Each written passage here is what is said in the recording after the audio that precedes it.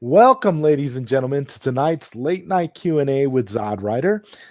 Tonight on late night Q&A, I am honored to have the distinguished ambassador here with me live on stream.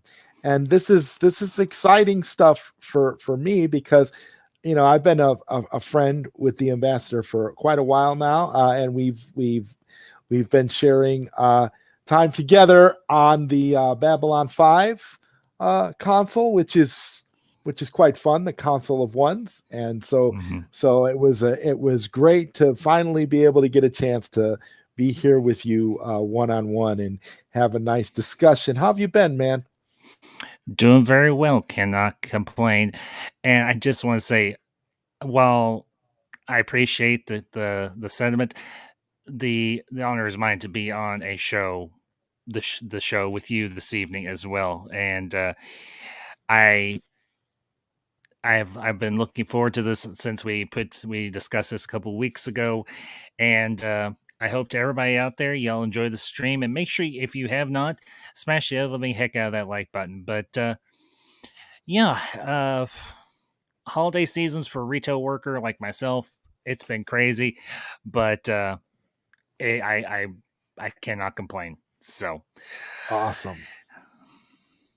And we've got we've got Lord Koj. I almost called him late night Koj. We've got Lord Koj here in the chat with us, saying this is going to be great. Great to have you here, Lord Koj. He is also a member of the Council of Ones for the Babylon 5 podcast that we do on Fridays.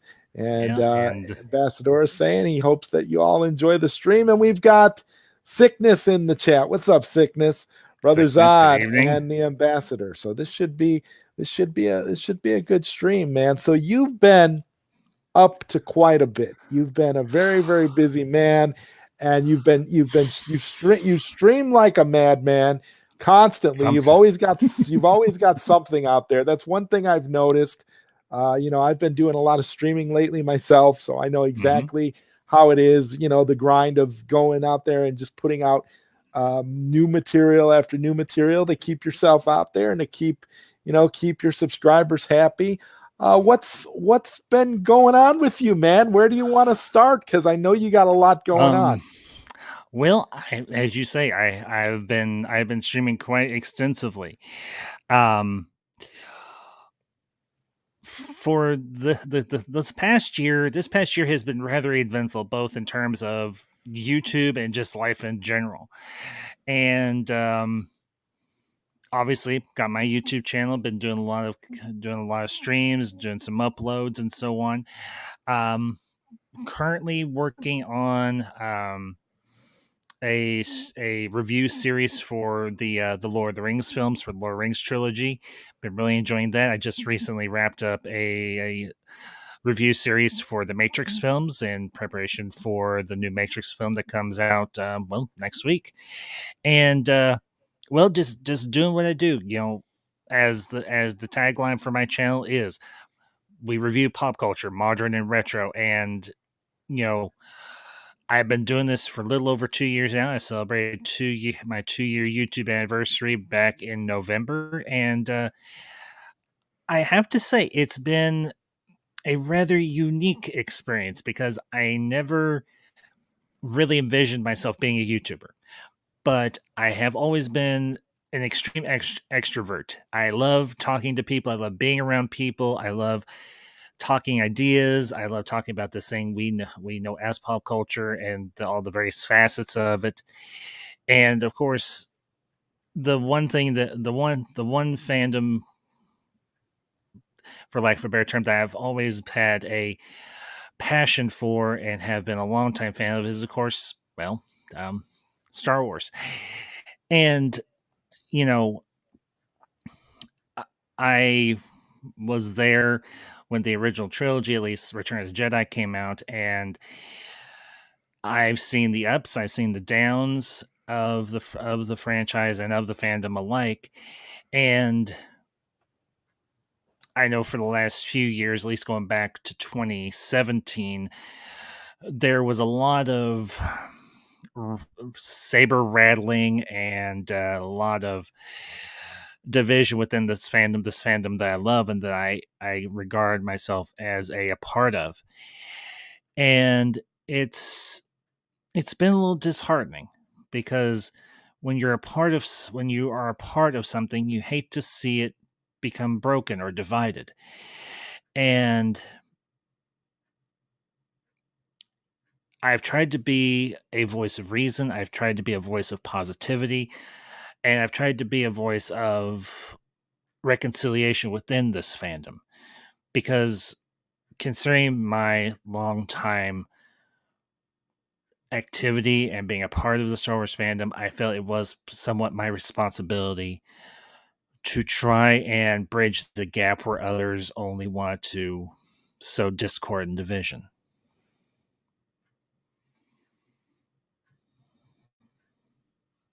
So ultimately, you've tried to remain positive in a fandom that is actively working against the very idea of being positive in a sense. Yes, because well, and I will say I have noticed that I have found many more like-minded individuals like myself who do see the flaws in the Star Wars franchise and who see the good and the bad of it. I mean, I've always this is a position I have long held even before I came to YouTube before I came to the online sphere. Well, You before you, yeah, Mhm. and when you get into that, can you also talk a little bit about how you got into YouTube and what your Sure. reason, your motivations were for initially deciding to create your channel? Certainly. Well, the thing I was going to say, this ideal that I've long held is that you do not love a thing just because it is perfect. You love it because in spite of its flaws, in spite of its imperfections, and you try to look for the good within it.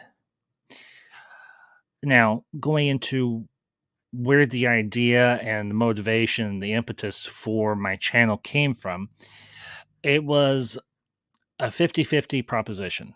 I had considered starting a YouTube channel many a couple of years ago, and my wife, Mam Ambassador, she has long been a she's like, honey, I love you. She's like, I love talking about this stuff, but she's like, maybe you should start a YouTube channel because there are a lot of people out there who know this stuff or may not know this stuff as well as you. And not to mention, you can bring a very unique perspective considering your background and who you are as a person. Obviously, that is a person of the Christian faith. And after a couple of years of having conversations back and forth with Madam Ambassador, I decided, okay, I'm going to do this. I'm going to put my voice out there and see what happens. And, as I have gotten better with YouTube, my channel has evolved. I initially went by the moniker Ambassador Kosh, who was, of course, as you know, a all time favorite character of the Babylon 5 universe, and he embodied a lot of the ideals and the perspective that I shared myself. He tried to be a pragmatist, but he was also very stern. He was also very forceful, and but he also was imperfect. He was inherently human, even though he himself was not inherently human. He was very alien. From there, the my identity, well, at least my name evolved to simply the ambassador, and my channel turned into the ambassadorial wing. The reason I picked that name for my channel is it embodies an idea. An ambassadorial wing is a place where ambassadors from various nations or backgrounds, or, well, primarily if you look at it from the political sphere, from various nations, would gather to discuss topics and ideas from their various cultures. And I've always tried to be a person who wanted to hear other people's ideas, but also share my own, because I think it is in the sharing of ideas that we reach understanding and we reach a better world and hopefully a better community. And to that end, I feel like I have been relatively successful. I mean, no YouTuber does not go without having the occasional butting of heads and disagreement, and sometimes those disagreements can become rather heated and can lead to some division and even a falling out. And in other instances, you can find a way forward. More often than not, I've been able to find a way forward with the people that I've interacted with in the online sphere, and I am grateful for that. There have been other occasions where we've parted ways, and while I do lament that, I look at this also from the Christian perspective. There is a line of scripture that I hold to, and it is the words of Christ when he was speaking to his apostles, when he was sending them out into the world. And this was before his crucifixion and resurrection. And I will paraphrase here, so that not everybody gets lost.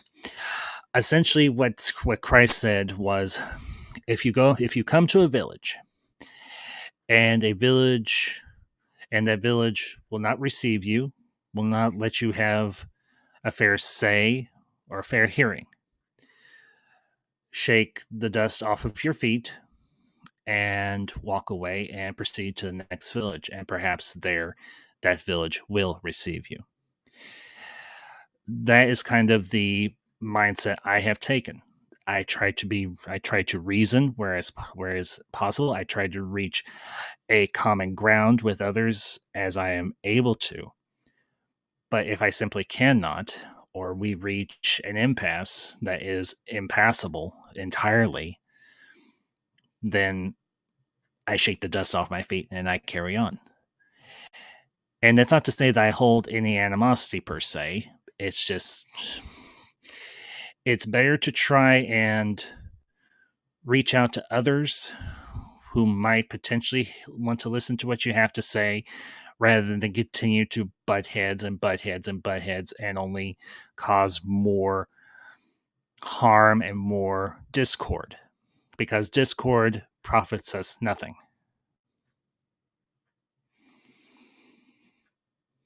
So in living, through that philosophy, combined with your spiritual beliefs, you've been able to get your YouTube channel to a place where you're relatively happy with where you are.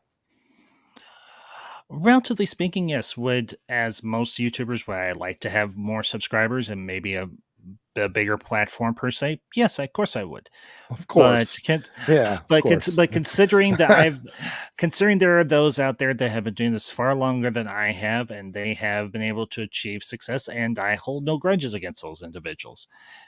They have been able to do what they do, and I respect them for that. Now, there are other individuals who act disingenuously, who act inauthentically, and who only seek to sow discord and division, and who only seek to focus on the negative rather than focus on what is good in both the world around us and in pop culture. And there's one other perspective that I often carry with me through all this. I ask myself this question: how would my father approach this subject? Or how would my father approach this situation? And because for those who know me, for the few that may, for the others that don't, I lost my father when I was 7. And I've always tried to live my life in a manner that is a good reflection upon him and upon those that I represent. And that is, of course, my family. That is, of course, my faith. And while I am not perfect, there's no Christian that is. I like to believe that I have been able to hold to that particular ideal, and I have been successful in it. Because, as I said several months ago in an editorial that I uploaded, I don't get involved in drama.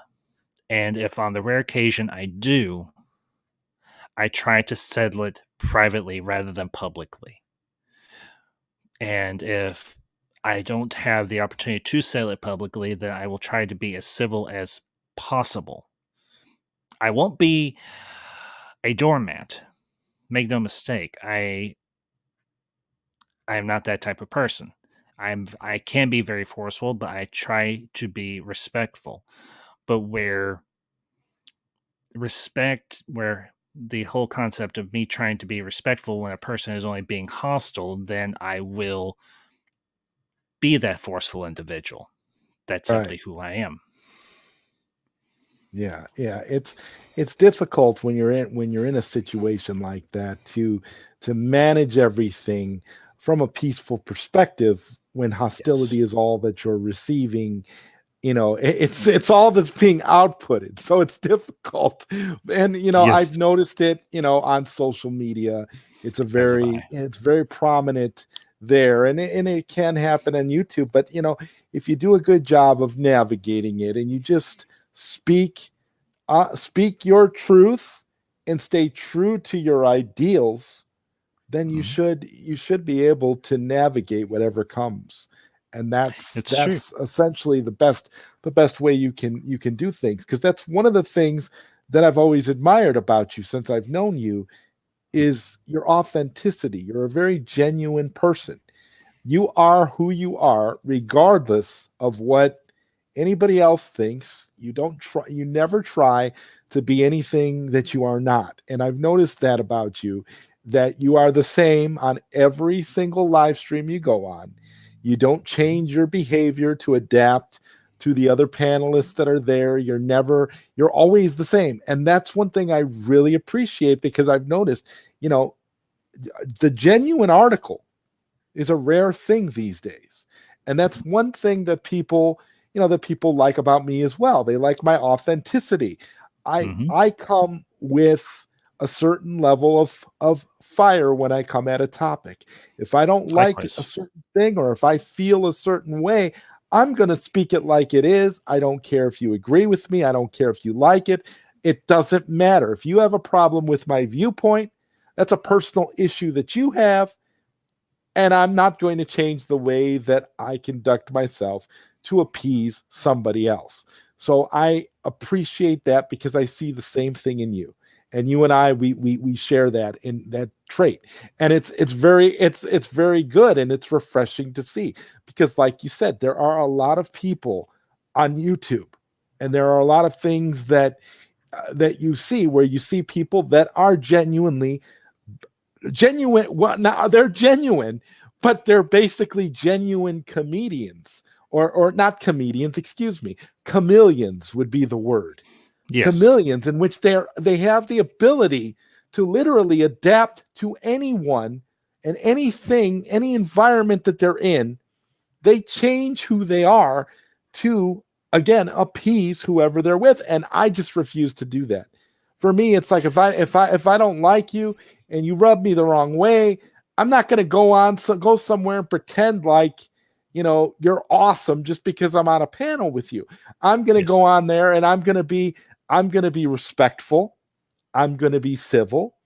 I'm not going to show you any animosity, but at the same time, if you say something to show your fakeness, or you challenge me with your fakeness, then I'm going to come at you, because because that's, that's not a cool thing. And Zeno is in the chat room and he says the same thing. He says, I loathe adapting. Yeah, to me Yeah. that is the biggest issue. That's the biggest problem with YouTube and social media today. You will see people, especially, Ambassador, if you are, say, you're feuding, or you're having it, you may have an issue, or let's just use the word friendly disagreement with, say, another YouTuber. You're Mm-hmm. having an issue with this person, and both of you are streaming at the same time, and because you share a lot of the same audience members, a lot Mm-hmm. of them will be in the same chat.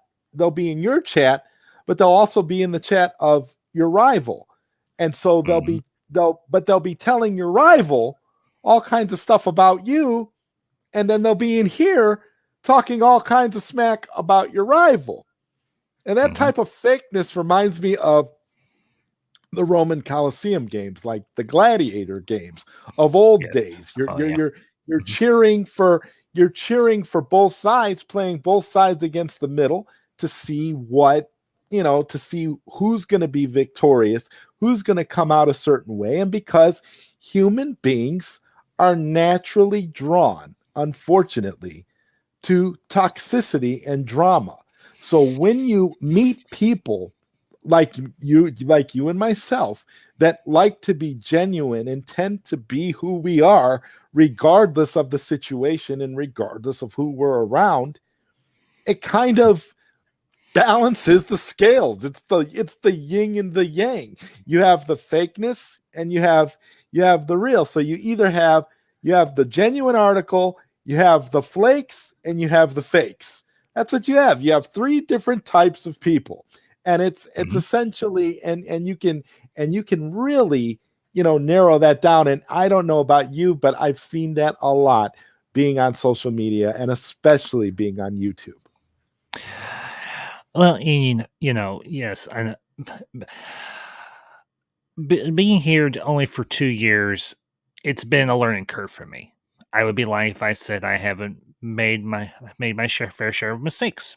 I have. I've trusted the wrong individuals. I have associated with some people that I didn't realize had a bad reputation or had a very sketchy reputation.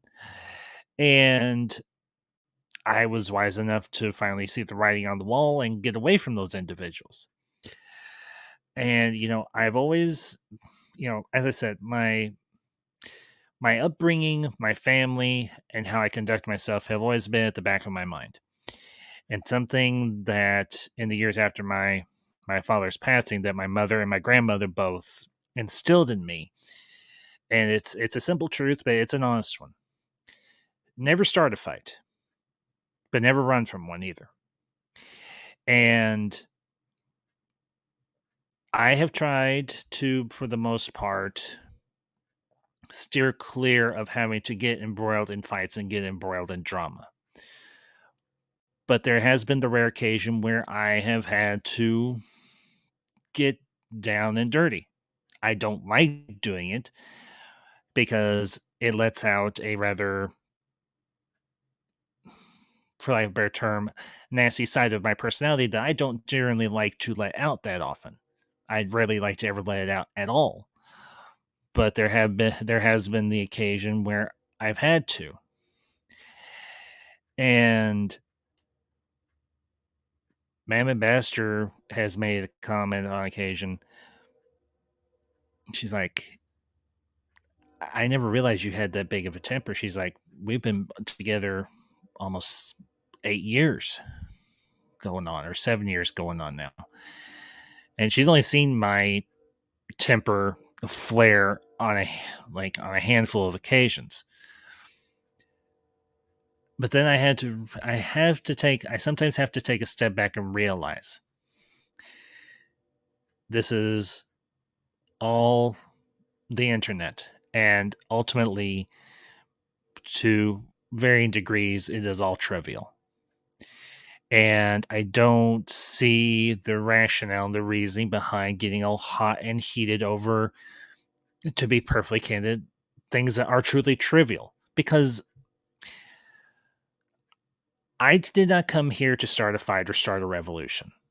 I came here to share my love of pop culture, share my perspective on it, and to have good discussions, fun discussions, and to meet like-minded individuals and even meet people who have a different perspective than my own.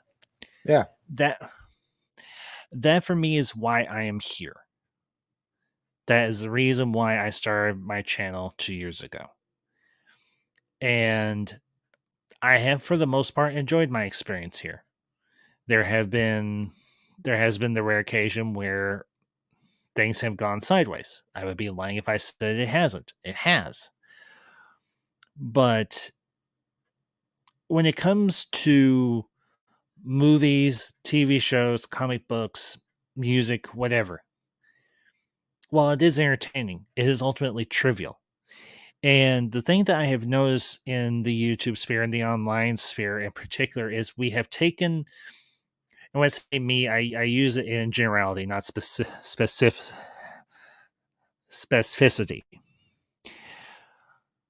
We have taken the trivial and we have turned it into more than it is. We have taken varying perspectives on movies and TV shows and all these other things that I just listed, and we've tried to turn it into something more than it is. And you see that with particular individuals online and particularly on YouTube. They claim to be fighting to preserve pop culture. They claim to be fighting to preserve this and that. And ultimately, in the end, they're fighting to preserve something that is truly trivial. Yes, pop culture does connect us, can connect us on in a deep and profound way. Yes, I will admit to that. But ultimately, these are fictional stories about fictional characters, and they're meant to be a source of entertainment and of fun and of enjoyment, not something to crusade over. And when I have seen these individuals make these grand claims like they're doing something grand and glorious, I have to say to myself, is your life so empty and hollow that you have to wrap your whole identity and your whole person in something as trivial as a movie or TV show or a comic book? Because here's the basic truth. The answer to that question, though, is the very basic answer to that question for many people, Ambassador, though, is yes. That is the answer to that question. It is a resounding yes.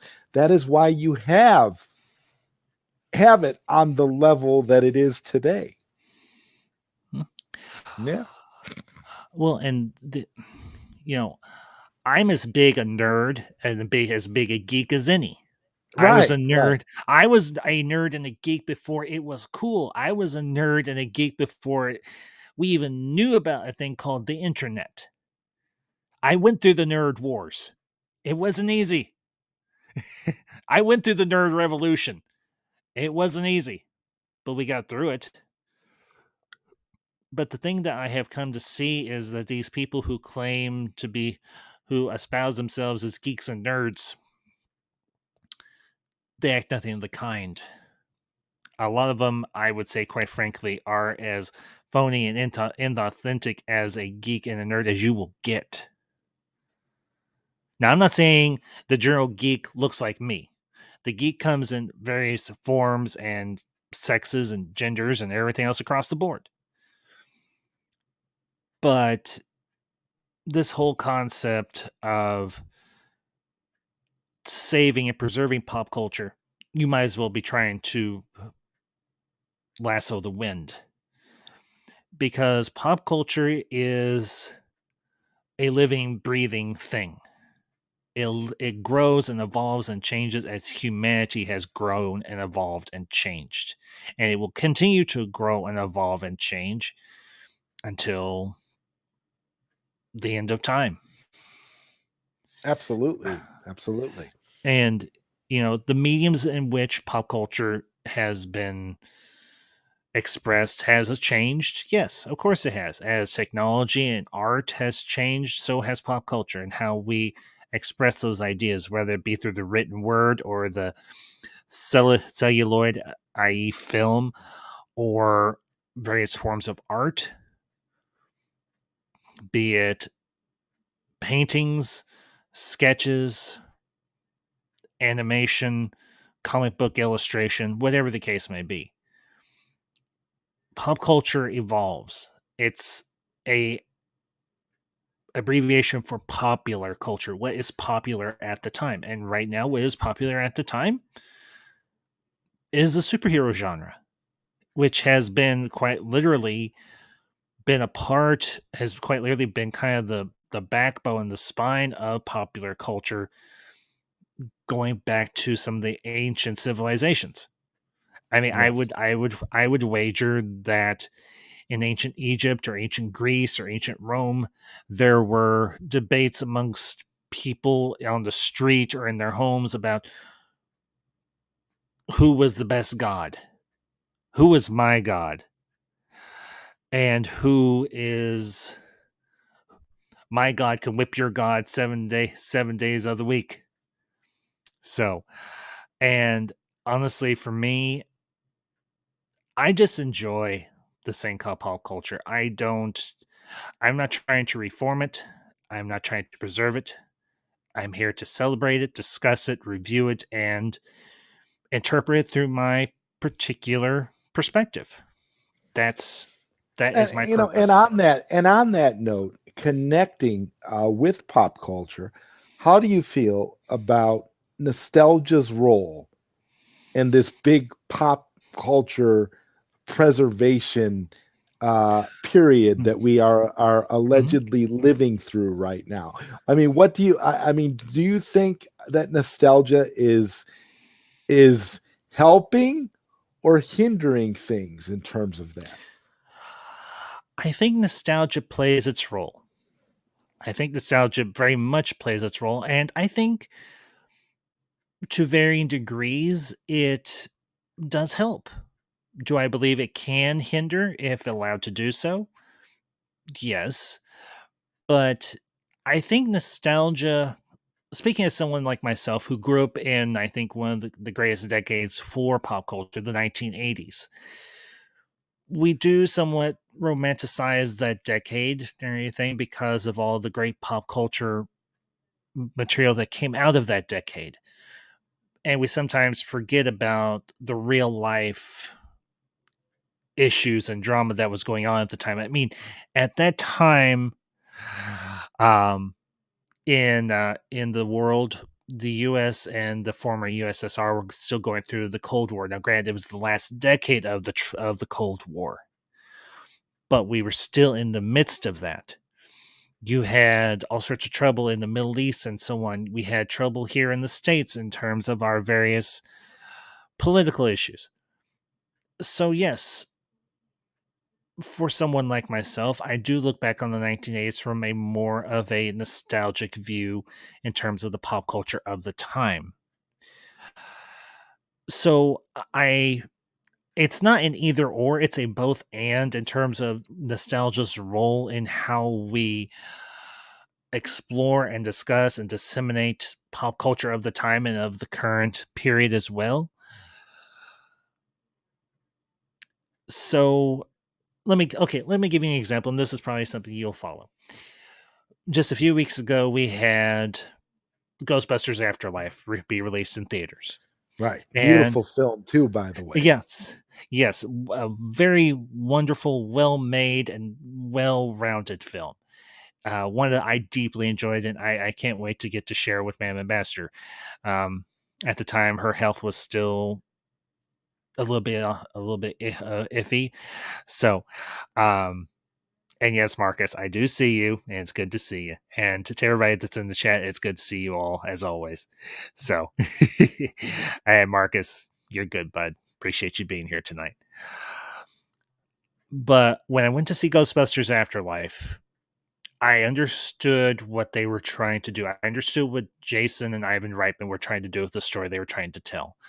They were trying to tell a continuation of the story that they started back in 1984, but they were also trying to tell a new story for a new generation.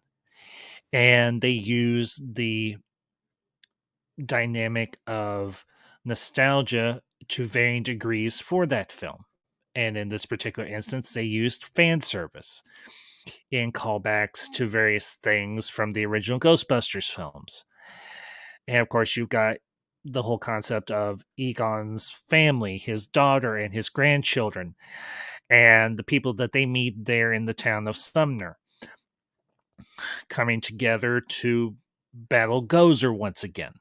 Mild spoilers for anybody who hasn't seen the film. And I will say, I did get choked up at the ending. I won't lie, at the final battle between Gozer and the team, particularly when you see the um, spectral form of Egon Spengler. And I understood what they were trying to do in terms of nostalgia there, but they're also going for an emotional tone because I think for the entire cast and crew, for those that knew Harold Ramis, who knew Egon in life, they wanted to pay their last respects for those that may not have gotten the chance, but they also wanted to introduce those who may not be familiar with the original Ghostbusters films to this very rich and wonderful and very charismatic character who was Egon Spengler, and also introduce his family. And of course, you have the boys, the ones that are still alive, come back for potentially one final hurrah. And if this was Venkman and Stantz and Zedmore's last hurrah, I'm all happy for it. So, yes, I do think nostalgia does have its role in preserving quote unquote pop culture, but I do think it has its place in the current period because if we just to add one more little thing here, if we look back 10 years to what was going on in the world in terms of cinema and TV and comic books and so on, that in itself is inherently nostalgic because nostalgia is um, reflecting backwards upon what has already passed and looking at it either from a subjective or an objective perspective. And honestly, for me, nostalgia is not a bad thing because nostalgia can inspire us to tell new stories, but within the same universe.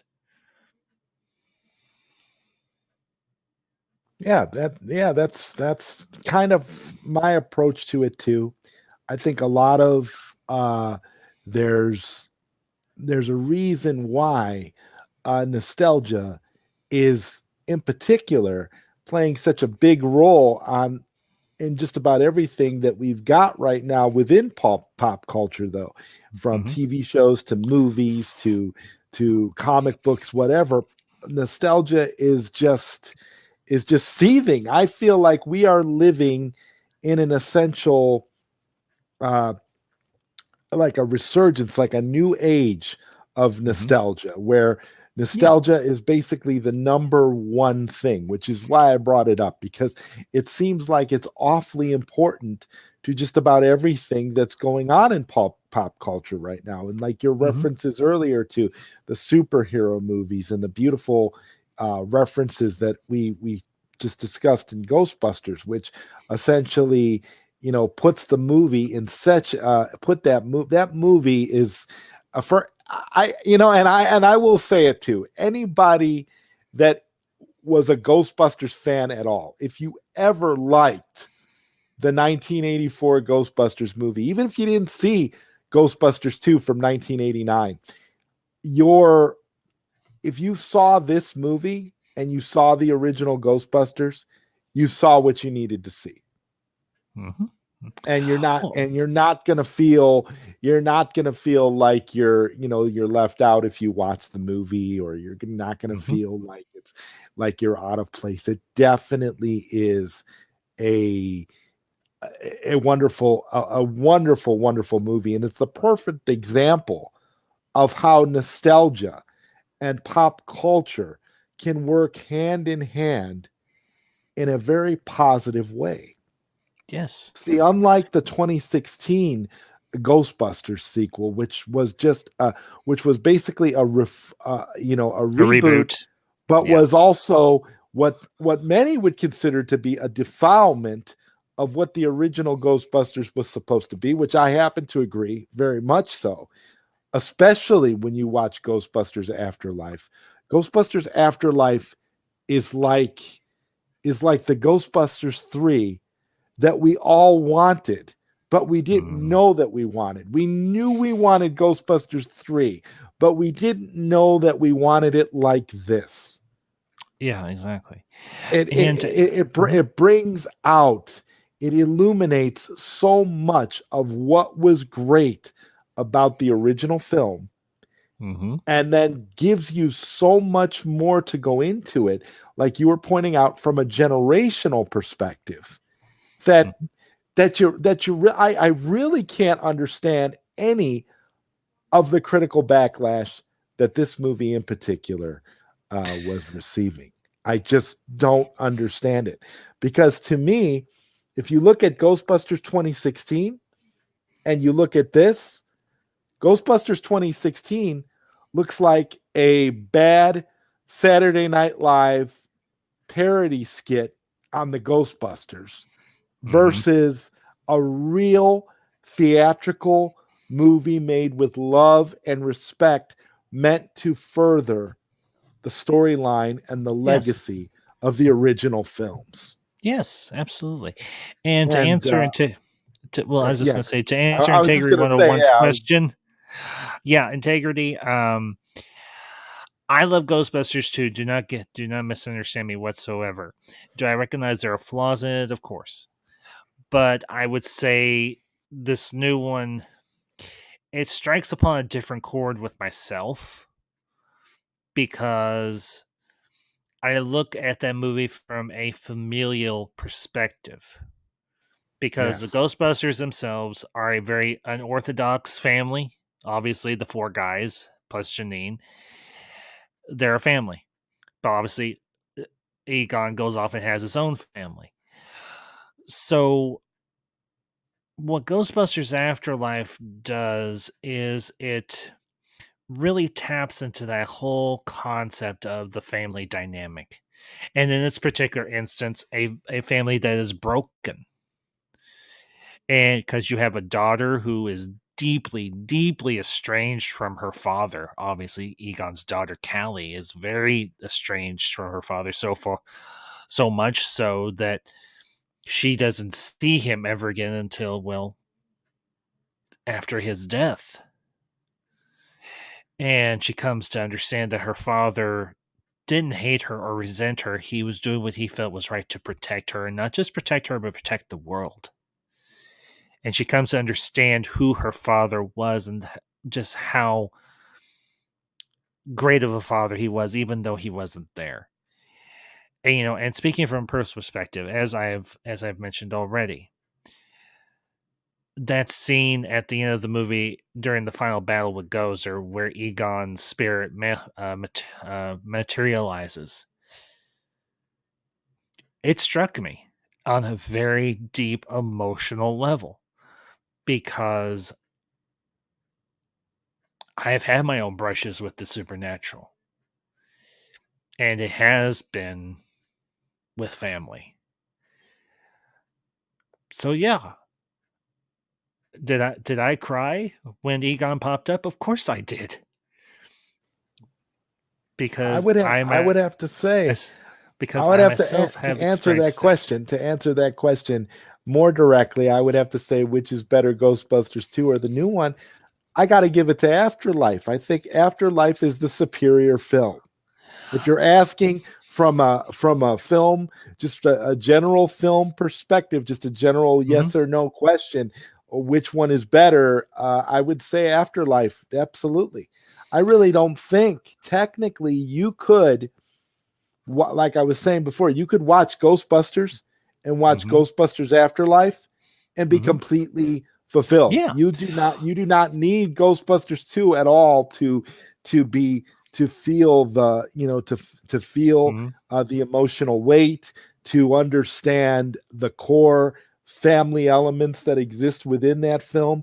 You don't need any of it. It was beautifully done, and honestly, if they never, I'm going to say the same thing I said after the Snyder Cut came out.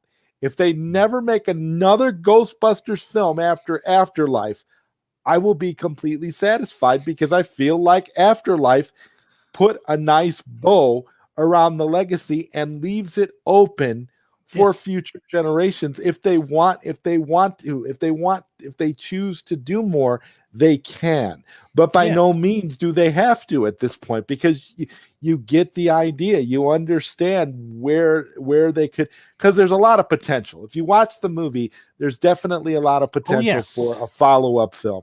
And Yes. as a matter of fact, to be perfectly honest, and I don't know how you feel about it, Ambassador, but for me, Mm-hmm. Mm-hmm. if they were to, there's so many different plot threads and things they could pick up on for future films. And I'm not just talking about one or two.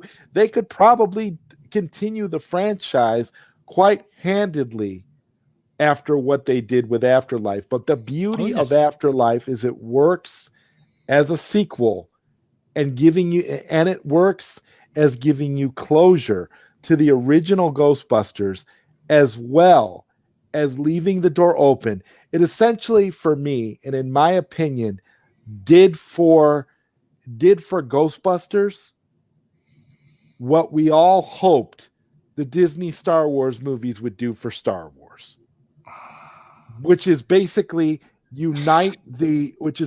put your hands out and unite the entire fandom. There's not one true Ghostbusters fan out there that can look at Afterlife and think that it was a bad film. It was a beautiful film, and It it's got was. almost unanimously positive reviews from the Ghostbusters fandom. So what does that tell you? That's why I use the Star Wars example, because whether you love or hate the new Star Wars films, they failed to do what Ghostbusters Afterlife Yeah. did, which is embrace everyone and say, hey, we're passing the torch to the next generation, but we are also going to give you closure. We're going to give you that Luke, Han, and Leia scene that you all wanted to see in at the end of the new Star Wars trilogy, but we're going to give it to you in Ghostbusters. And this is Mm-hmm. exactly I this get is you. and that's just how, and that's just how I feel about it, because as you mentioned, the paranormal return of Spangler Mm-hmm. was such an emotional, pivotal, and powerful scene. There wasn't a dry eye in the house. And you can't tell me that anybody that watched that could say, oh, Ghostbusters 2016 was a better movie. Yeah, if you're not a Ghostbusters fan, maybe. Yes. I mean, my God, talk about uniting. I don't know, man. Yes. I'm just And I looking get at you. the disparagement between critics and audiences on this tells me all I need to know. I'm just like, you I see. agree. Well, and here's the thing. Integrity, to answer your questions, yes, I do encourage you, go see Ghostbusters Afterlife. I think you will thoroughly enjoy it. Honestly, as an emotional conclusion to this particular story arc, Ghostbusters Afterlife is, yes, most definitely the better film. But is there enjoyment to be had in Ghostbusters 2? Yes. There is Mhm. enjoyment to be had. It's I think it's a good story. I think it has a very good story. Yes, it does have some callbacks to the first film. I will freely admit that. But that doesn't rob me of my enjoyment of it, because there's a lot of good stuff in Ghostbusters 2. There's great performances. You have a great villain. You have the love affair between Janine and Lewis. You've got little Oscar, of course, and so on. Is there issues with the film? Yes, but as I said before, you don't love a thing because it's perfect. You love it in spite of its flaws.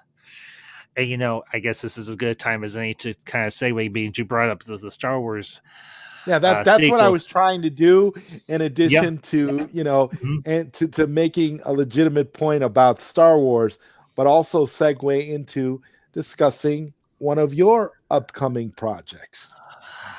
Yeah. Um, about a year ago, or it's been a little over a year, after we went to see the debacle that is The Rise of Skywalker, there had been a lingering issue for me with the film. And that was, well, amongst other things, the ending, where Rey takes a name that she has not earned and she has no connection to. And that is, of course, the Skywalker last name. And to give you all some context for those you that won't have this, I am an adoptee. I was adopted at birth. My biological parents were not bad people. They were not criminals or druggies or anything like that. They just simply weren't intending on being parents. And they through a connection between my biological mother and my adoptive father, the fact that they worked together, the my adoption was arranged. And about 10 years ago, well, it's been a little over 10 years now, I found out I was adopted. And I won't give you the whole backstory on that. There's no reason to. But the reason I took issue with the fact that Rey took the Skywalker last name is because she didn't earn it. It wasn't given. And I'm sorry, but the little nod, or whatever you want to call it, of Luke and Leia being there at the end, that for me is not rationale for her to take a name that she does not have any right whatsoever in claiming. She is a Palpatine. So I asked myself this one question. I have a YouTube channel, and I can go on there. I can do a video, or I can do a live stream discussing why I dislike this and just kind of going on a little bit of a rant. Or I can take that same energy that I would put into that video and I can do something better. I opted for the latter. And I set upon writing a story that I believe was a more faithful continuation of what the sequel trilogy should have been. It originally was titled simply Rey Who. It has since evolved. The story itself has evolved. And yes, it is still Rey's story, but it is also Ben's story. It is Finn's story. It is Leia and Luke's story. And as I got further along into writing this fan fiction, I asked myself another question. Once I finish this, what do I want to do with it? Am I just going to let it sit in a file on my computer and just collect dust, quote unquote? Or do I want to do something with it? Initially, I did some uploads where I did readings of my fan fiction. I incorporated imaging and everything of the different characters and so on. But then I asked myself another question. If I love the Star Wars fandom as much as I do, and I do, what can I do with this to maybe bring some healing and some unity and some reconciliation to this fandom that has been a part of my life since I was 8 or 9 years old? And I have since decided I'm going to turn it into a radio drama. That's the best way I know to categorize it. My goal is, once I have finished editing it and putting the finishing touches on it, I'm going to start going around the internet to channels that focus on Star Wars that I have a connection to, that I do talk to on a regular basis, and just channels in general that are lovers of pop culture in general. and I want to cast this, and I want to turn it into something I hope would be a rallying cry for the Star Wars fandom to say, here's what one man's vision of what the sequels could have been would look like. And I asked myself, I need to give this a proper title. Rehu was okay working title, but I need to do better. And I started scouring the internet to see what titles hadn't been used for various episodes of official Star Wars media, like the Clone Wars or Bad Batch, or any books that had been published with the older new EU. And I finally came upon a title that I felt was appropriate for the story I'm trying to tell. And I titled this story The Unity of the Force. It does have very passing similarities, at least at the beginning of Rise of Skywalker, but it goes off in a completely different direction, because what I also wanted to effort to do was do what the sequels didn't, and that's establish the world, establish the stakes, establish what's going on in the world, what the different factions are up to, who the major players in each faction are, and what their role is in this world. I did use characters from the original trilogy and the sequel trilogy, but I also created my own characters because I wanted to give some flavor to this universe. And I've talked with various people online and off, and they said, well, why don't you take this and turn it into something different? Just do your own original story. And I said, that's not my intention here. I love Star Wars. Star Wars for me is part of my personal identity. So wait, you actually had people tell you that you should take your story ideas and just turn it into an original IP? Yes. Wow. But that was never my intention. Oh, I know. As I was, yeah.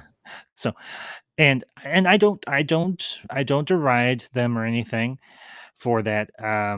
I would ignore that. I'd probably delete that comment. It is it's spam, Zod, just to give you a heads up right now. I had something similar pop in my chat a week or so ago, and it's been popping around on the internet. So, yeah, it's definitely gone now. So anyhow, I love, as I was saying, I love this universe. It is for me part of my personal identity and a legacy that connects back to my father, because it was my father who introduced me to Star Wars. Return of the Jedi was one of the last films we saw as a family before he died. And I have seen every single Star Wars movie in theater in memory of him. I went to see the prequels in theater. I was there opening night for The Phantom Menace, Attack of the Clones, Revenge of the Sith. The same was true for the sequels as they go. Because I believe that if my father were alive, this would be something we would have done as a family.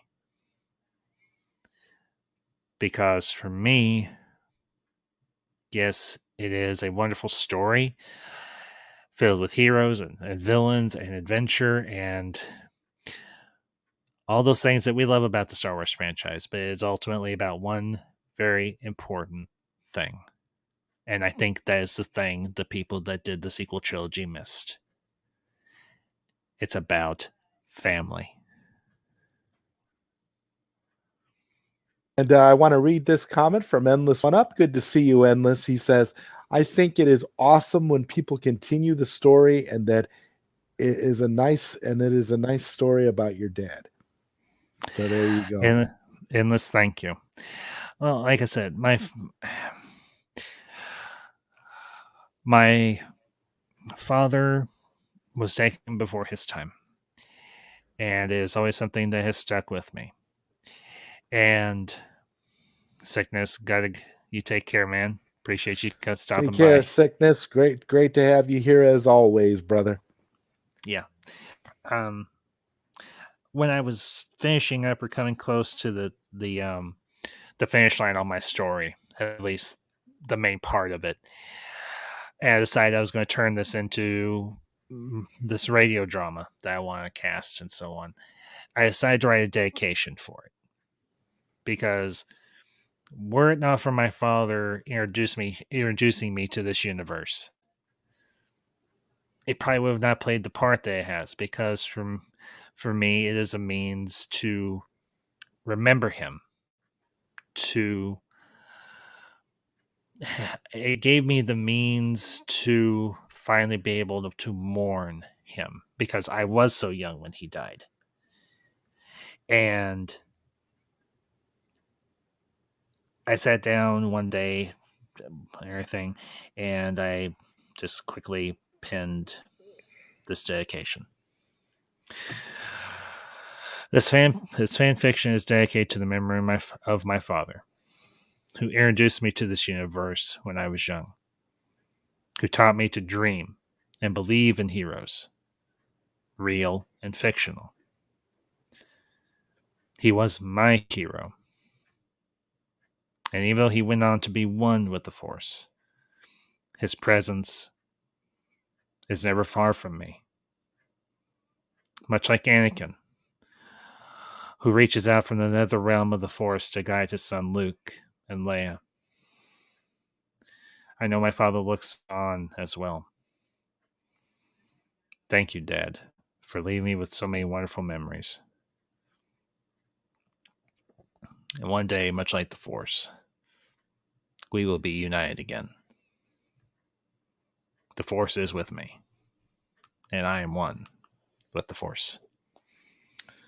That's a beautiful dedication. Ambassador, would you mind sharing your screen and showing those images that you? Yeah, give me just a minute because I'll have to open up my files. But yeah, absolutely. Yeah. So, if I can get my computer to cooperate, it usually does. Sometimes it doesn't. So, all right, give me just. Yeah, I know. See, I'm using an old computer too, which is why I run into a lot of the problems I do. But oh no, you're fine, man. Okay, hang on. All right, let me see if I can get down to the ones that I want.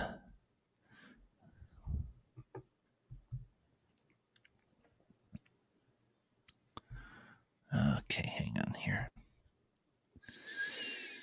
Well, actually, what I can do is I'll just pull up Twitter and I can just share it from my end because I can access those images and everything from my end just easily. What we're gonna do here, guys, is we're gonna just show you some screenshots of some things that Ambassador, some material Ambassador came up with for his drama.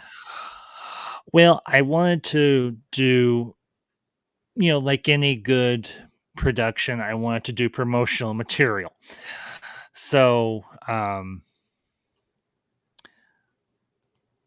what I ended up doing was I created a poster, quote unquote. So, all right, here we go. Let's see if I can get this to. Oh, good, it's going to work. Hot dog. All right. Hang on 1 second, my friend. Okay. Screen share. Okay. Chrome. There you are. And there it is. At least it should be, if it wants to cooperate.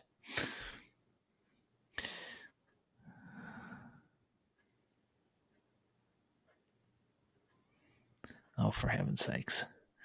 Give me just a minute. It's being laggy. Sorry. Yeah, I know how it is.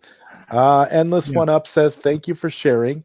The passion you have can be seen and heard. The dedication to your dad was awesome.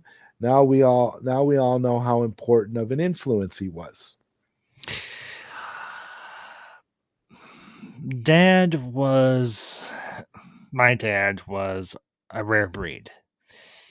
And I do not say that to build him up. He was a very humble man, a very sincere and honest man. He would not claim to be anything great himself. He simply was what he was.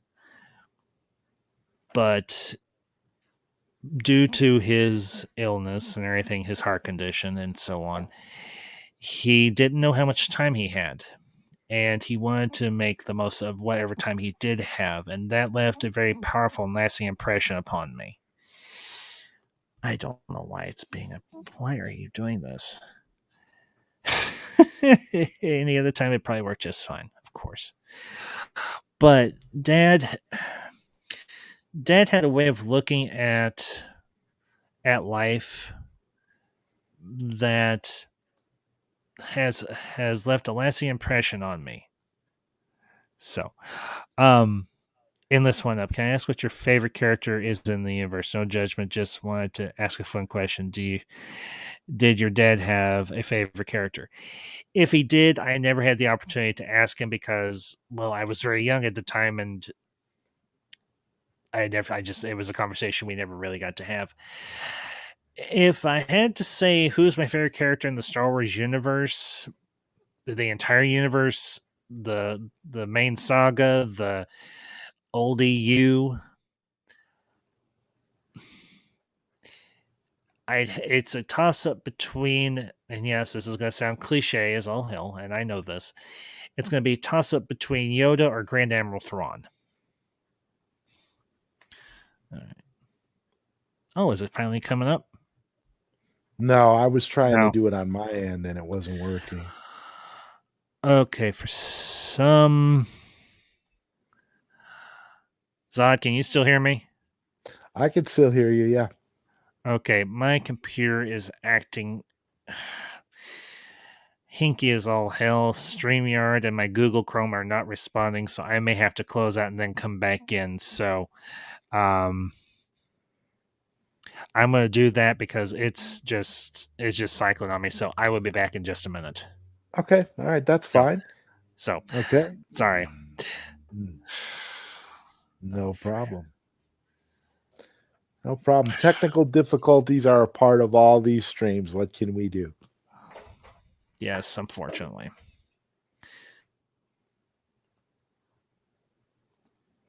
And the Endless One Up says those are awesome characters to pick from.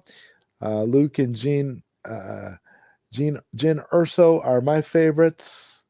We will be here. Yeah, well, that's the thing. We are here. We're still going to be here. This has been a good live stream so far, and I am very grateful to all of you that are still here watching the stream. It's nice to do these late night Q&As because it's a change of pace from the type of stuff that I do on all the other streams. So I love having a chance to sit down with one particular individual and just go one-on-one and talk about all these these fun and interesting topics. So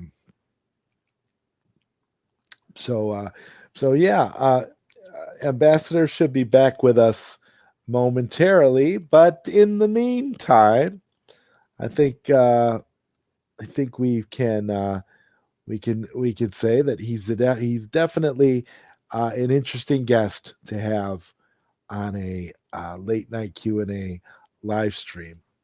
But yeah, we've got a lot of see here. This is like the first time I think I've ever been caught up with the chat here. And Jesse Allen is in here. He says, "Hey, what's up?" Jesse Allen, is that really you, or are you the imposter without the accent? I mean, I just have to ask now. I'm going to have to ask every time Jesse Allen comes into a stream.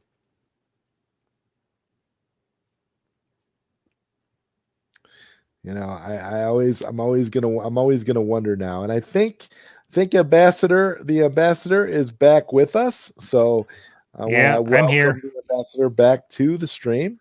Integrity is laughing. Yeah, Jesse Allen says, yes, this is me because I got the mad icon, the mod icon. Okay. Ugh. Yeah, I didn't really know. I'm like, yeah, that's right. See, that's why I modded you, Jesse. I didn't realize it's like It's like I modded you because you come here a lot, but it actually works out good that I modded you. So now we can tell the difference between you and the imposter. Okay, let's try this one more time. Okay. Screen share, Chrome tab, and hey, did it work this time? It did, and there was much rejoicing. Okay, hang on. Let me scroll a little bit here, and let me see if I can. But yeah, this is the poster art that I made for the characters of the story. You got Luke and Leia, you got Ben and Ray and Finn. You've got Poe and General Hux. And then, of course, you've got the father and the son of Mortis from the Mortis arc, who play a part in this story as well. So, and then, of course, you've got the three of the worlds that play a major part in the story. You've got Exegol, Octu, and Tython, who are part of the main setting for my story. Okay, there you go. So That's cool. That's cool. Oh, okay. So, and then down below here, I've got my cast list. Got 3 of them.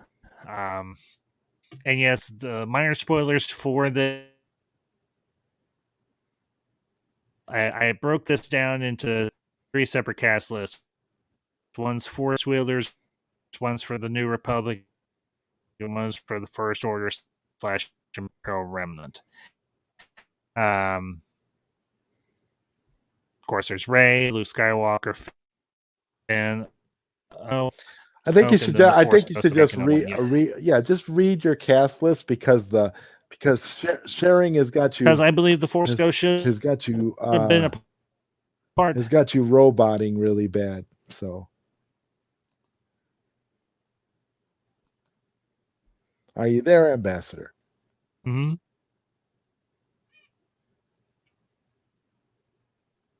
Oop. Up, did we lose you? Oh, okay, that's fine. All right. Okay, that's it. Okay. All right.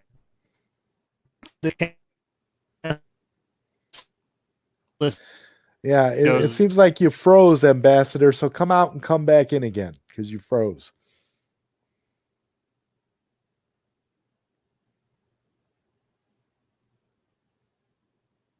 Yeah, the ambassador froze. So as soon as he gets back in, we'll resume. Okay, and here we go. Ambassador, are you back? I am very sorry. That's okay. That's okay. I know how it is because again, I got an old computer, so I know it's terrible. So, all right. Okay.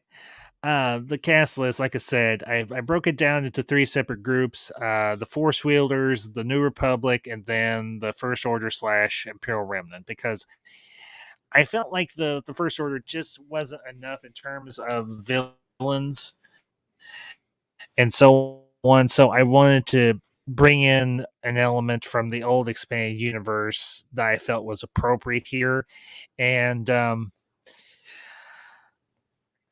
lot of the First Order and Imperial Remnant characters are original characters that I came up with. Of course, there's General Armitage Hux or General Hux, Vice Admiral Antor Nesh, who is a character I created. He's an officer with the First Order. Moff Edrin Becca, who is a Moff within the Imperial Remnant. General Vorn, who is an officer in the First Order. Captain Tiberius Nella with the Imperial Remnant. Colonel Rhea Veers, who is a distant relation of the General Maximilian Veers from Empire Strikes Back, if you remember that character. Yes. And then the Knights of Ren. So, I actually made the Knights of Ren actual characters in my dressing. Actual characters with story. Okay, the thing I did with the Knights of Ren is I made them um Actual characters. essential. Yes, they actually have dialogue. They actually do stuff. They're just not set dressing. Um, they are students from a little backstory. The Knights of Ren are students from Luke's academy that followed Ben after he left. Now, I do go into a lot of backstory in terms of a little bit of what happened between Ben and Luke and the Knights of Ren and so on, but also in terms of Snoke. And I actually gave Snoke a actual backstory. He's not just stuck in a pod somewhere. He has a character arc, he has a history, he has a very deep connection to the Force itself. Hence why I called my story The Unity of the Force.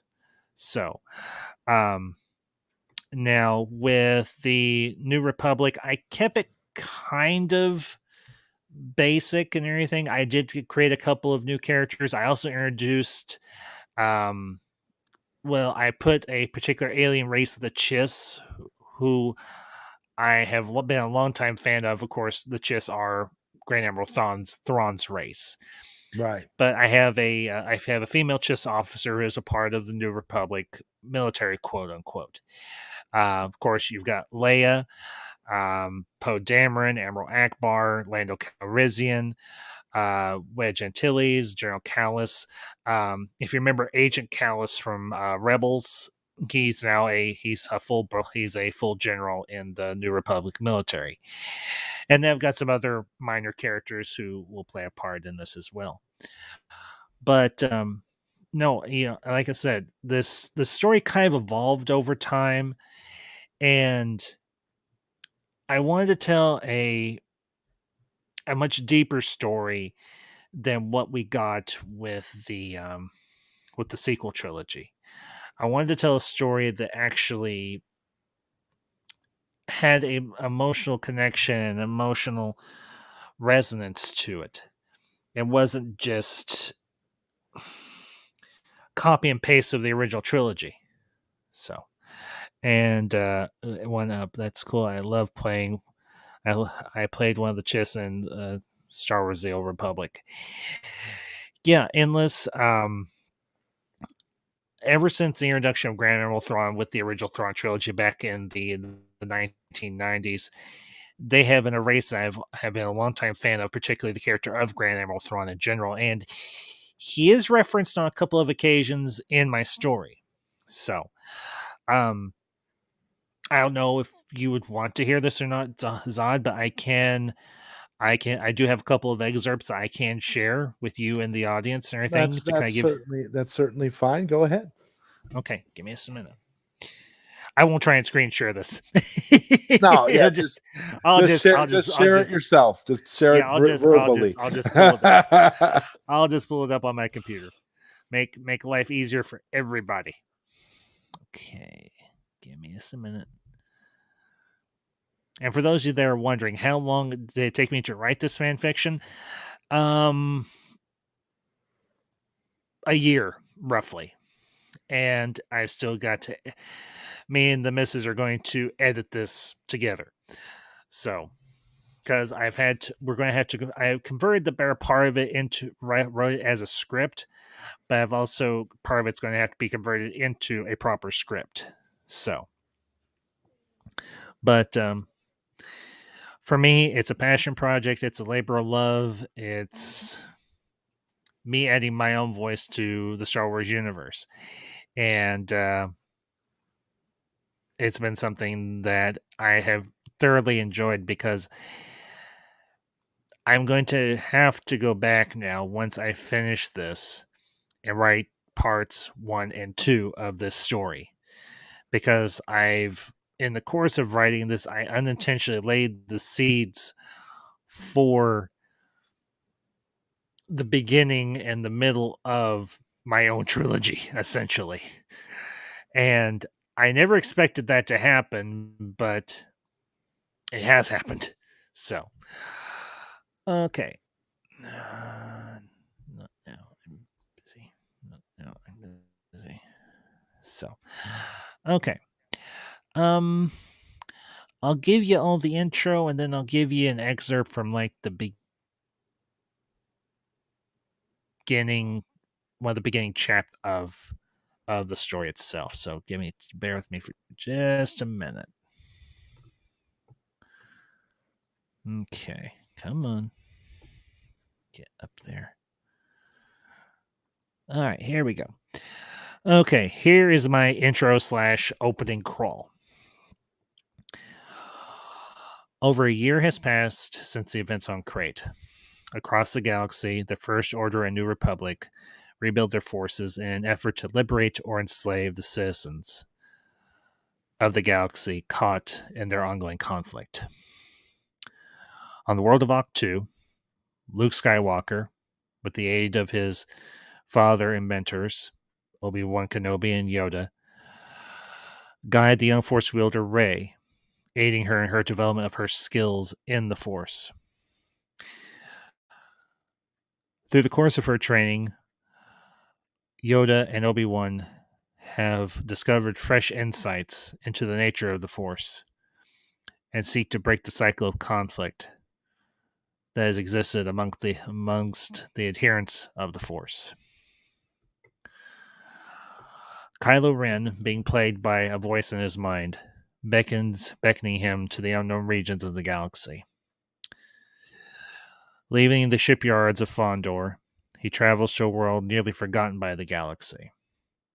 A world whose very name makes people's blood run cold. Exegol. Now, that's my opening. That's my intro. Very nice. Well, as with any good Star Wars story, it should have a opening crawl that sets the stage, understands, helps the audience understand what the story you're getting ready to tell, and brings you up to speed with where you are now. So, I think what I'll do is I'll read you the first 3 or 4 paragraphs of the opening chapter of my fan fiction. So, sounds good. Anyway, here we go. Ren lands on the barren surface of the planet, shrouded in darkness and the very air steeped in the dark side of the Force. He approaches the temple, his crimson blade in hand. He scales down the side of one of the great edifices of a long-dead Sith Lord. He leaps the rest of the distance and lands safely. He thinks to himself, all the string sessions with Luke paid off. But that seems like a lifetime ago now. As Kylo works his way through the temple, an oppressive sense of dread creeps into his mind. He sees a doorway carved from solid rock, and the voice beckons him to walk through it. There, seated on a massive stone throne, sits a hooded figure. The figure lifts its hand and draws back the hood. Snoke, alive and well. Kylo stands in stunned shock. A wry grin creeps across Snoke's face. Now, my boy, why so shocked? Oh, my supposed demise. Kylo Ren, do you truly believe I, who have existed long before Sidious and his empire, could really be defeated so easily? I saw you dead. Your corpse cold on the floor. I killed you. No, Kylo. You killed a piece of me. But I must applaud you, for you did something few ever have. There is a rare few who have ever been able to shield their thoughts from me. And yet, you did. However, I don't believe it was you alone who was able to shield your intentions from me. You had help, even if you weren't aware of it. Kylo looks at him in puzzlement. Who could have blocked Snoke from sensing his murderous thoughts? The girl. Rey.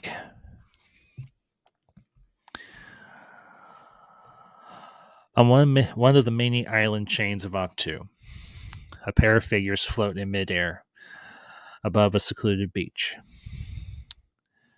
Immersed deeply in the Force, Rey and Luke work to attune her connection to the cosmic field that binds all things together. Feel the Force course through your inner self. Sense your connection to this world and reach beyond into the dark expanse that surrounds all worlds. For a few moments, Rey could hear faintly the whisper of the thoughts of others on the world.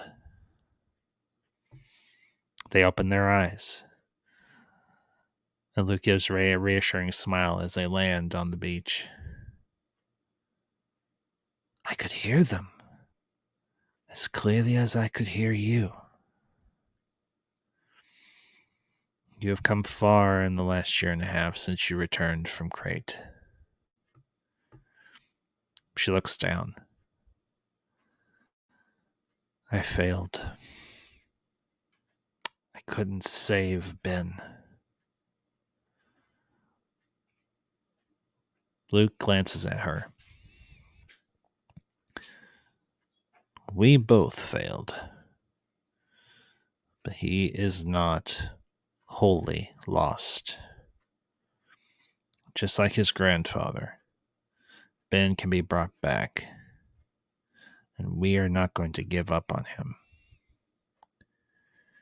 Remember the tale of Revan. Many Jedi of his time thought he was a lost cause, and yet he returned to the light. Rey nods in acknowledgement. I feel I've come so far, and yet there's still more I have to learn. And that's why you came back. That's why the others have reached out to you to aid in your training. A Jedi never stops learning.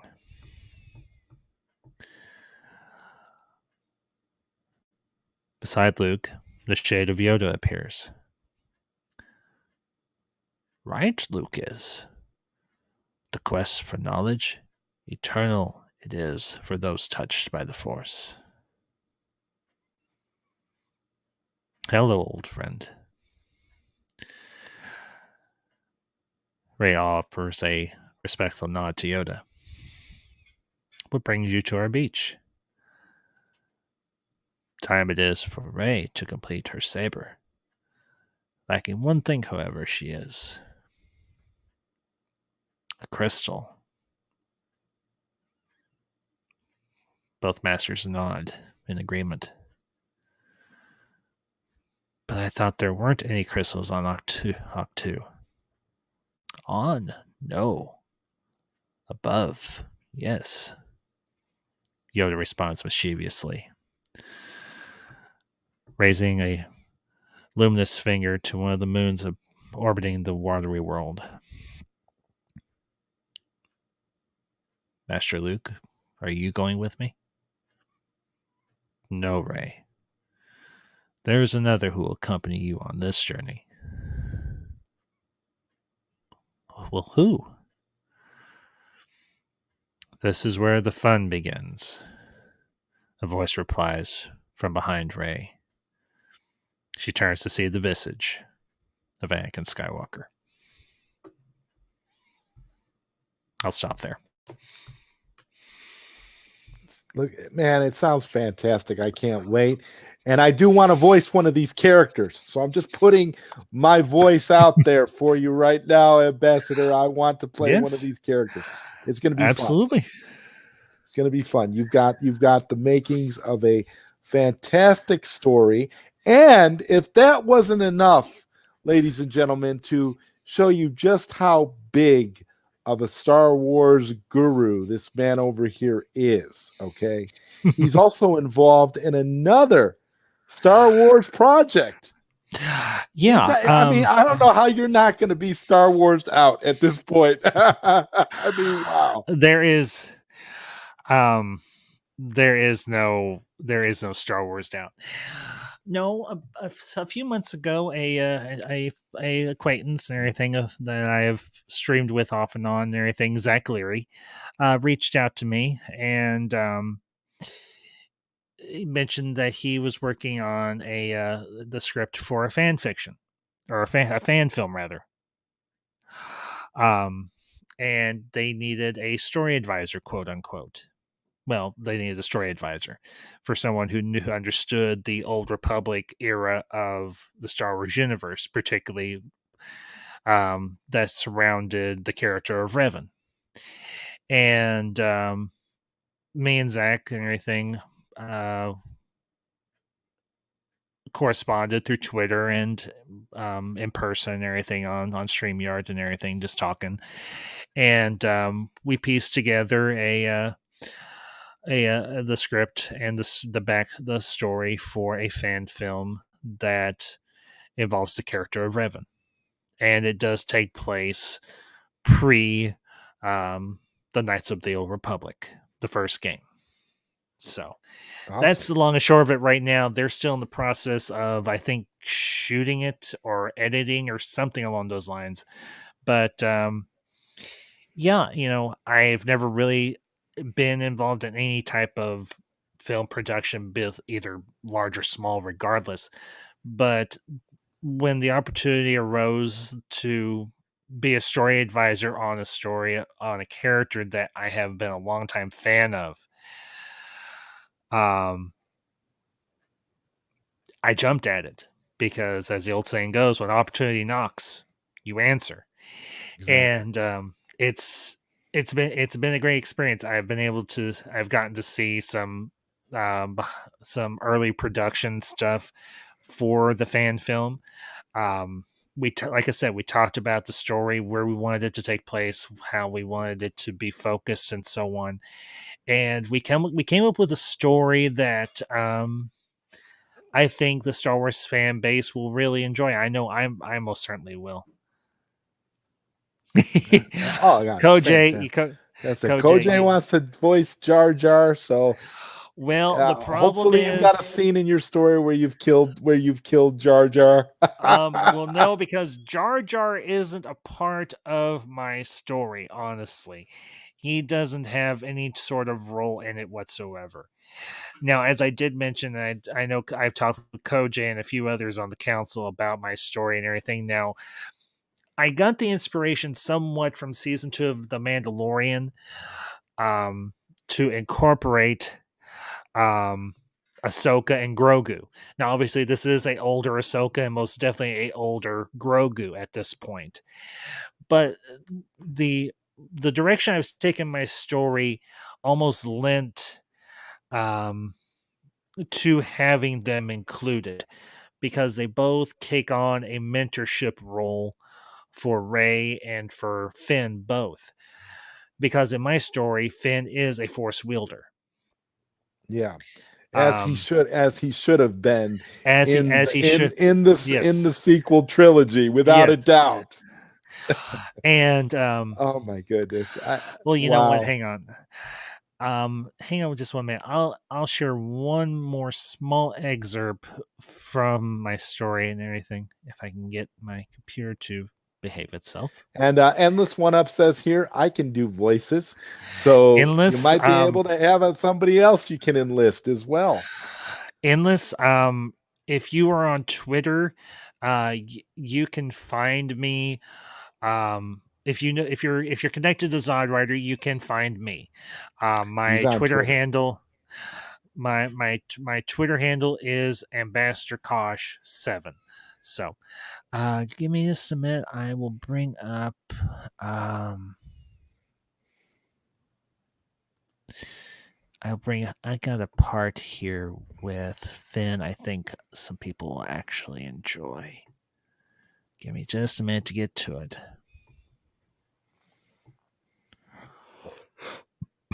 Oh, excuse me.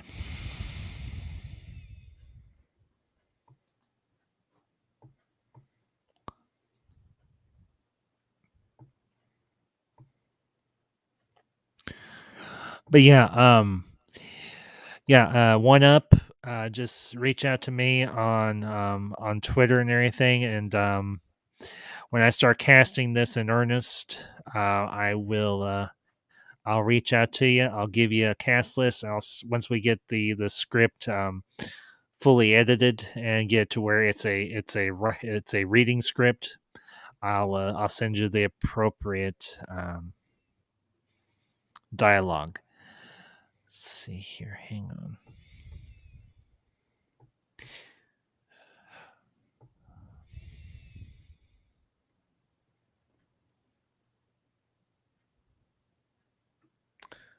I'm going to put your Twitter in the Okay. Chat so people can. Yeah. Here we go.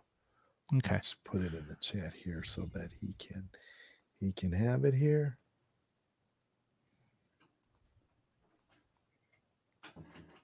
Okay, here we go.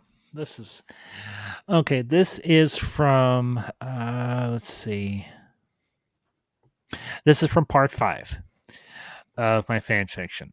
And this is actually the part where Rey discovers her full lineage. This is also the part where I introduce Ahsoka and Grogu. So, all right. In the main hold of the Millennium Falcon, Rey and Finn have spent many hours meditating. Guided by Yoda, they focus their efforts on honing their telepathic and telekinetic abilities through the Force. Within the Force, your thoughts shared they can be. Sense emotions of others you can, and even influence the thoughts of weak minds. Manipulate the world around you can. As they continue to meditate, various objects in the hold begin to rise off the deck and hover in midair. Exiting the cockpit, Luke walks back to the hold and witnesses what the two Force wheelers have accomplished. To quote my father, impressive. Most impressive. They open their eyes and witness what they have done. They share a slight grin with each other. Strong in the Force, this pair is. Well, we have good teachers, Finn adds. So where exactly are we going, Master Luke, he asks. Tython, home of the first school for Force wheelers, and current residence of Ahsoka Tano. Who's Ahsoka Tano?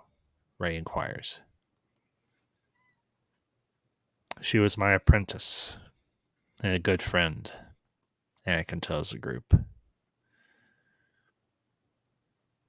You had a student, Anakin? Briefly. And not at an ideal time either. I did my best to teach her. But we were fighting the Clone Wars. And sadly, there was a falling out between her and the Order. As the rest of the party talks, Rey quietly slips from the main hold to a small cabin in the aft of the ship. She sits down to clear her mind and relax after the hours of training she and Finn have finished.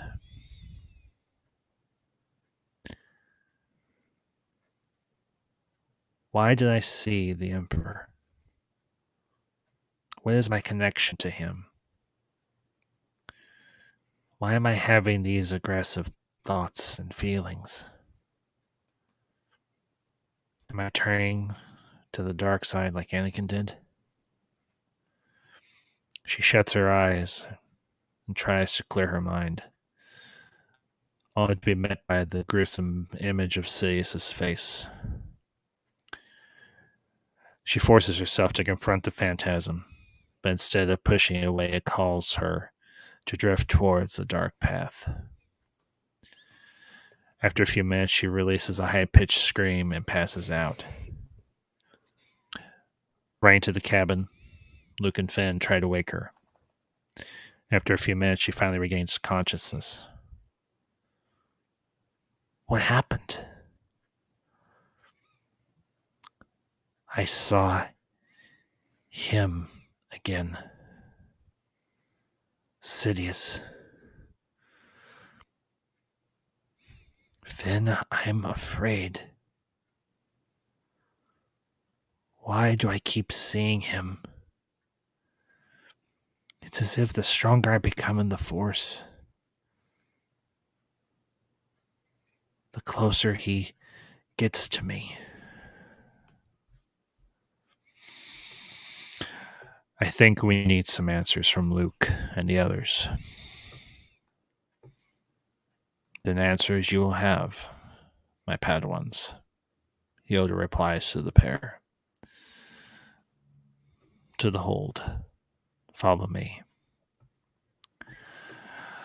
Both of them take a seat as Luke activates a holo projector.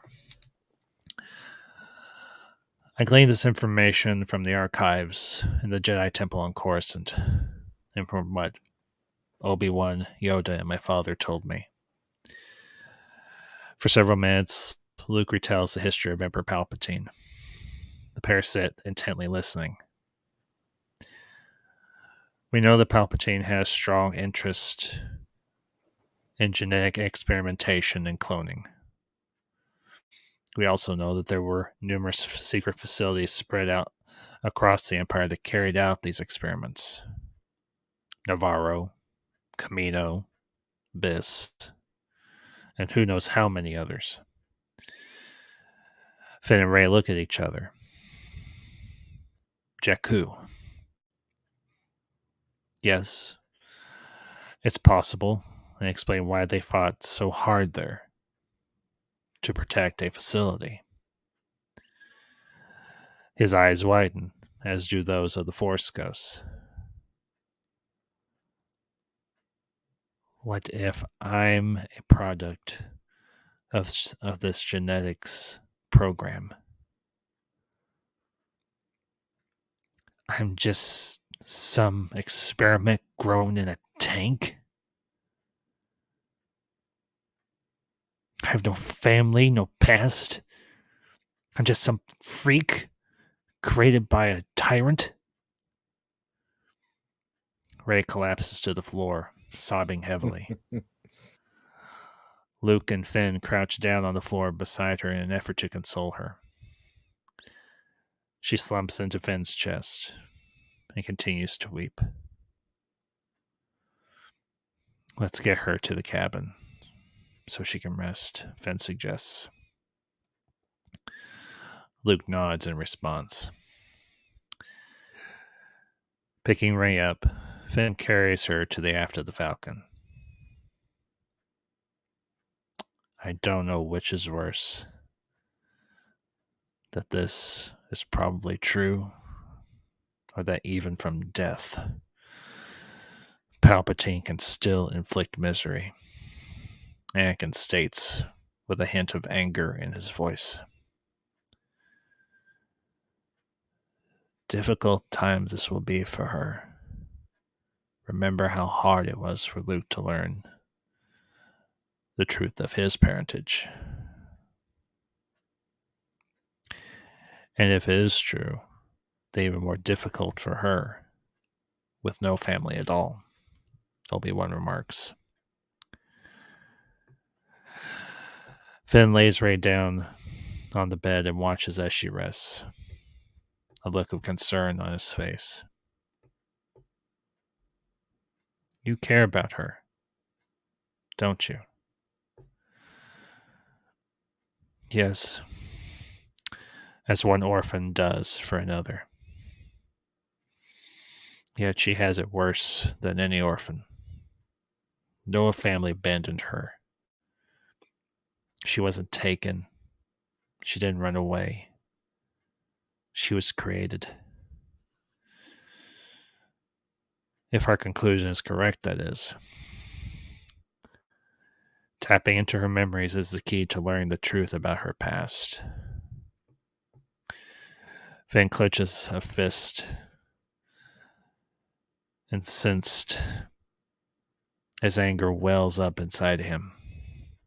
He rushes out of the cabin past Luke, leans against the wall. Luke puts a hand on Finn's shoulder, seeking to calm him. What you're feeling is natural. Don't let it overwhelm you.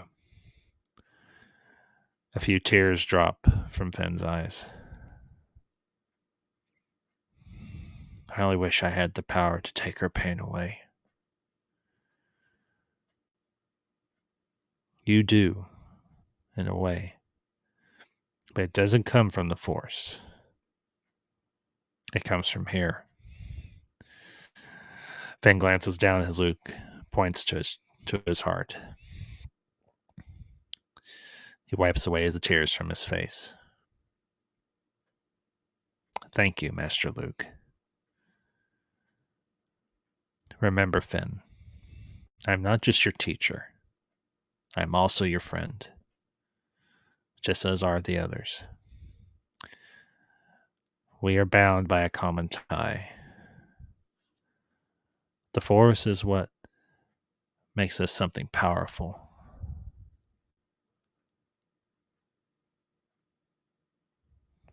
What is that, Luke? You already know. Finn shakes his head in embarrassment. A family.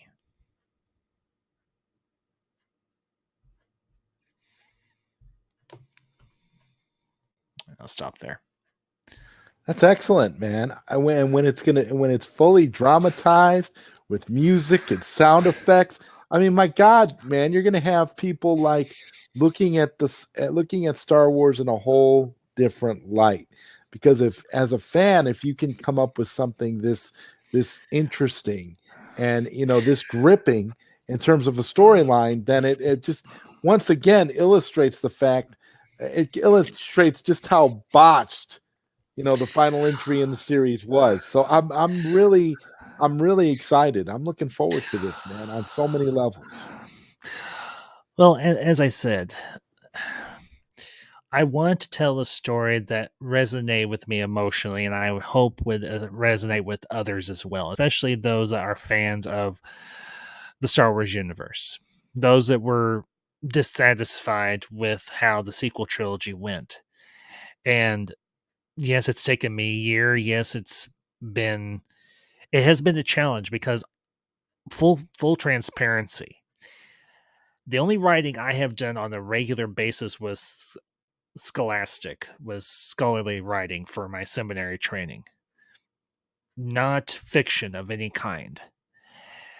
So this was me sticking myself into the deep end of a pool, essentially, and trying to write the best possible story that I could, trying to make these characters sound how I felt they should have sounded or how I would want them to sound, particularly the ones that I created myself.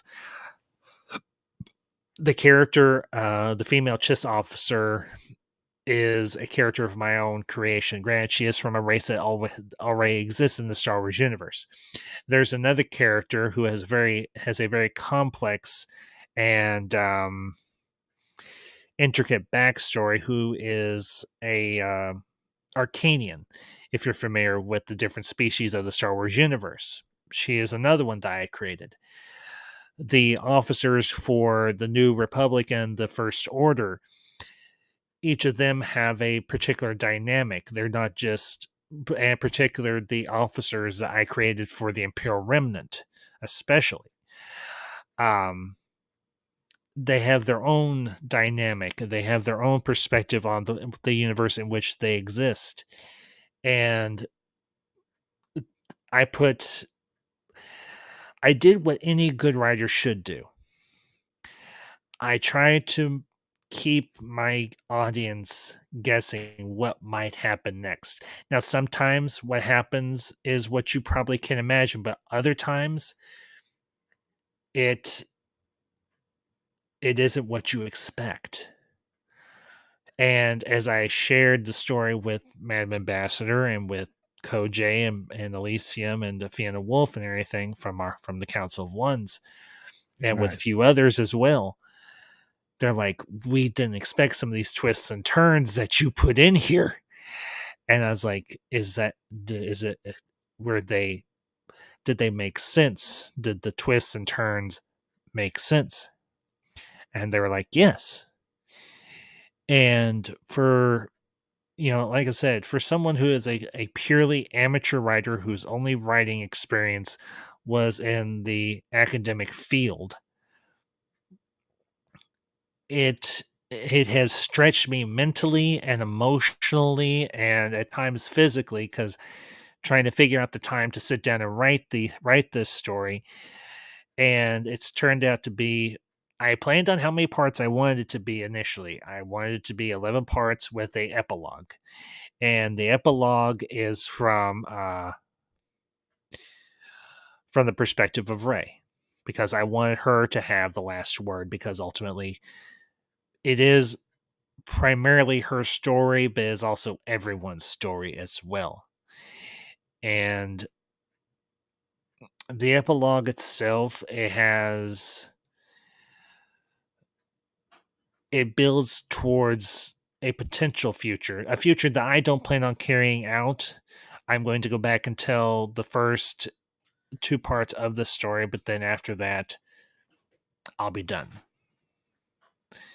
Because as much as I've loved doing this, and I have, and if I get the opportunity to bring all 3 parts of this to life through a internet radio drama, then all the better. But just like Lucas, I will eventually lay my pen down, and I'll let others come in, and if they want to carry on with the world that I've created, great. But if it doesn't happen, that's fine too. For me, like I said, this is a very personal story, because I felt like there was a very intricate or integral part of the story to the sequel trilogies that was absent, that was present, I think, in both the original and the prequel trilogies. And that was an emotional tie. For me, I didn't feel an emotional tie. I felt a visceral one in terms of different things that happened in the films, and particularly when when we left the theater for The Last Jedi the first time around seeing it, we were all knocked off our socks, like a lot of people were, I would imagine. But after seeing it the second time, I saw the flaws that were within that film, and I saw what had been done to these characters. And it just, to say it bothered me would be an understatement. Yeah. Yeah, I So, can concur. I've felt that way too. And Lord Koj says here, I can hear their voice. The speech patterns are very accurate, and how you wrote them, I like original characters added in. Ketsuka says, I love a little chaos in storytelling. And yeah, Endless it's One great. Up is saying here, I dig it, and I am excited to hear more. Have a great night, all. And Koj says, Ambassador, it seems you gravitate to the heart of the characters more than the spectacle of the characters, which I adore, my dude. So there you go. Well, I know we're probably gonna need to wrap up soon. That's fine. The the thing for me is I wanted to make these characters, especially the sequel trilogy characters, specifically the three mains who were Ray, Finn, and Ben. I wanted to give them,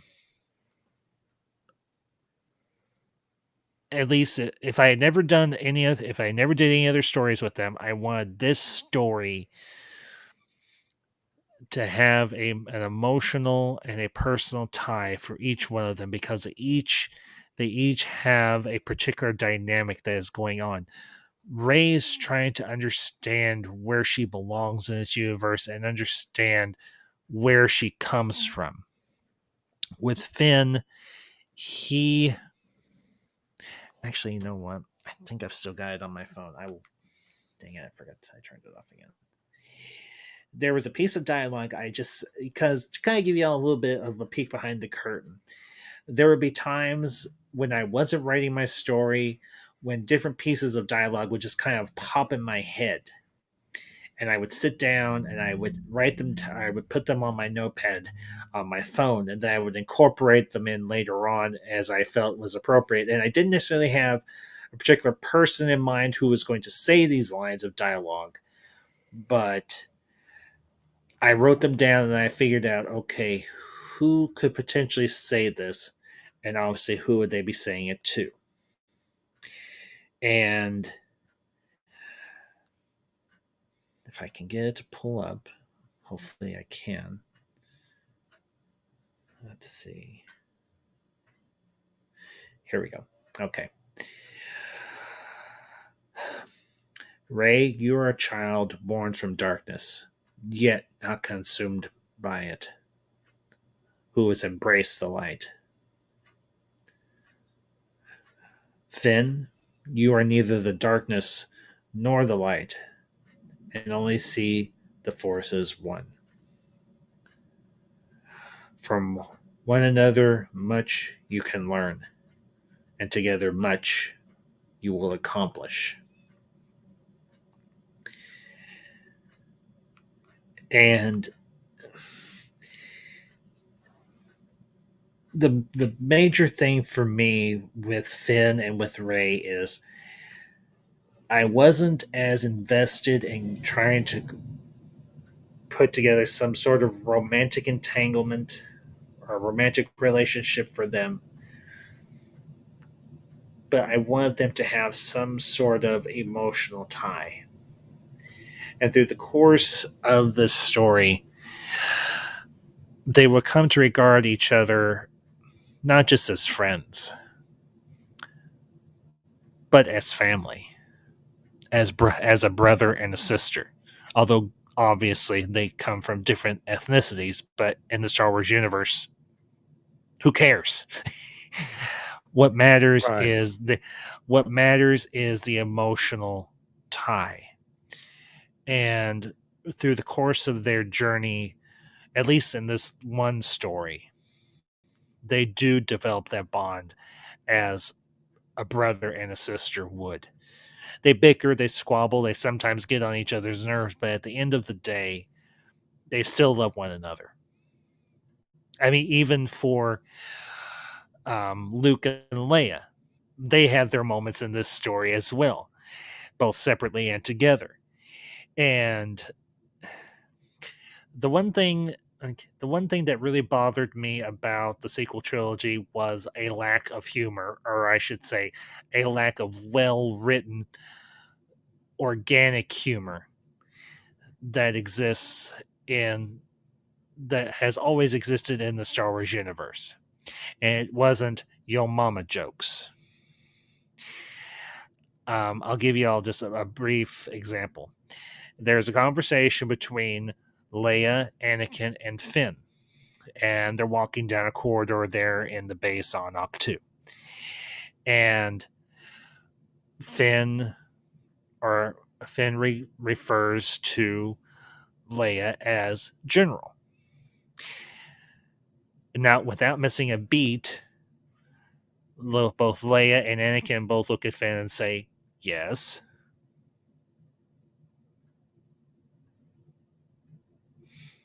Because Leia is regarded as a general, and Anakin was also a general during the times of the Clone Wars. Absolutely.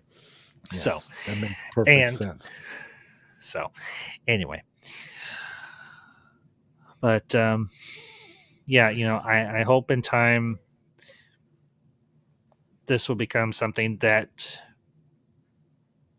heals the Star Wars fandom, and it's in my own small way. That is ultimately my goal for this story. Well, your hashtag has been for the longest time hashtag Mhm. no more division. So Yeah. I mean, if this is your way of physically trying to manifest that in some form, Hmm. in terms of your writing, in terms of making it into a radio play. These are the kinds of things, these are the small steps that lead to bigger things, Ambassador. So I applaud you for that. I'm looking forward to it. I'm looking forward to Yeah. lending my voice to it as well. Yes. You are a fantastic creative mind, and I'm looking forward to Thank all you. of this. This is fantastic stuff, and I want to thank you so much for being here tonight. This has been Thank so you. much fun. It's been a very informative, a very entertaining, and enjoyable on multiple levels late I night hope so. Q&A.